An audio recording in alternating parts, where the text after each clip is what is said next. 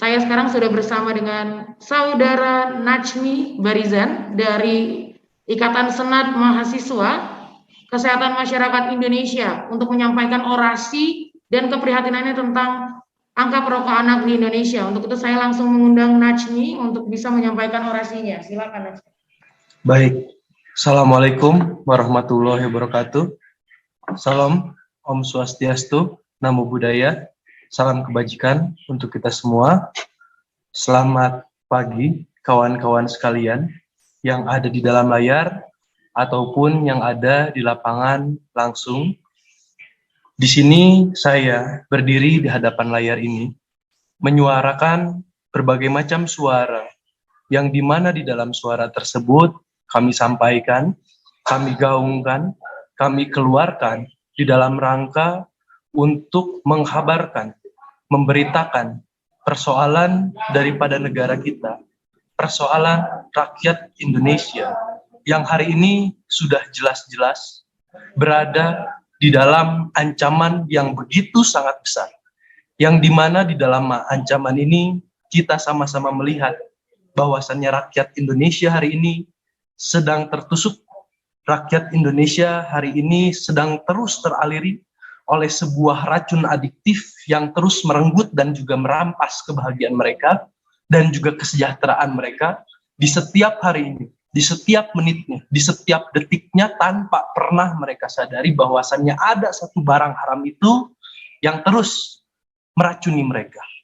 Sehingga seiring dengan berjalannya waktu itu, rakyat Indonesia terus terdorong, terus hampir jatuh ke dalam jurang, yang dimana di dalam jurang tersebut, yang dimana di dalam lembah tersebut ada lembah kemasyarakatan.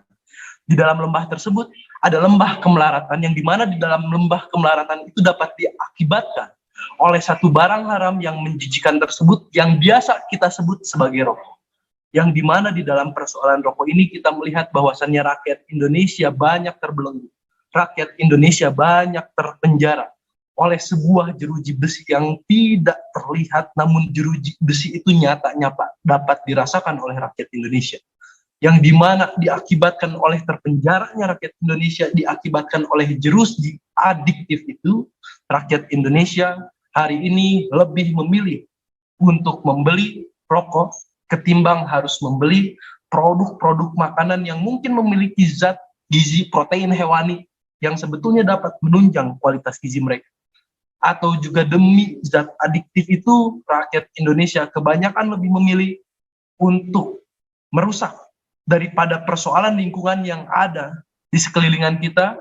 Bahkan disebabkan oleh produk yang adiktif itu, kebanyakan negara kita banyak dirugikan secara penganggaran di dalam persoalan kesehatan, dan tanpa mereka sadari, tanpa mereka pahami bahwasannya hal itu benar-benar terjadi karena yang benar-benar mereka pahami bahwasannya mereka telah terkecoh oleh suatu kebenaran yang begitu buram, suatu kebenaran yang tidak pernah mereka bisa lihat dengan jelas karena asapnya itu memang benar-benar telah membutakan seluruh entitas, seluruh bagian daripada masyarakat Indonesia.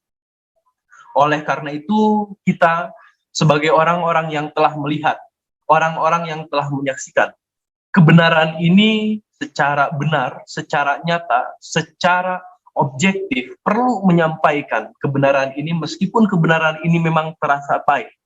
Meskipun kebenaran ini sulit untuk diungkapkan, namun kami perlu mengungkapkan kebenaran ini bahwasannya tidak ada satupun jalan bagi rakyat Indonesia hari ini.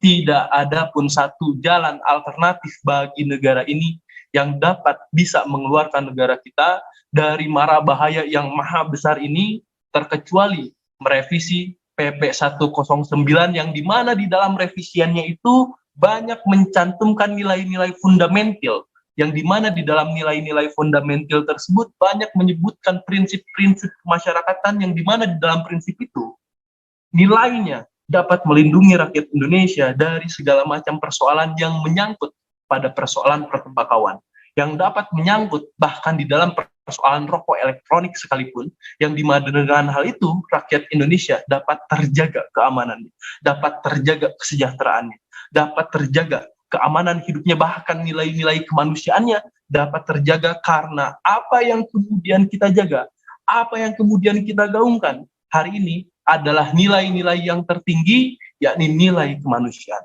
Dan tidak perlu takut, tidak perlu ragu, tidak perlu ragu di mana kita perlu menyuarakan kebenaran ini, bahkan seorang pemangku kebijakan sekalipun tidak perlu ragu untuk melakukan kebijakan hal-hal yang memang sudah kita anggap penting ini. Karena apabila hal ini memang tidak benar-benar kita selaraskan, apabila hal ini tidak benar-benar kita selesaikan hari ini, maka kita tidak memiliki waktu lagi untuk bisa menyelesaikan persoalan ini, karena persoalan ini sudah terlalu mengakar terlalu jauh. Sehingga tidak ada kata lain bagi kita semua, terkhusus bagi Ikatan Senat Mahasiswa Kesehatan Masyarakat Indonesia, terkecuali ganyang tembakau, ganyang produk tembakau, ganyang industri rokok.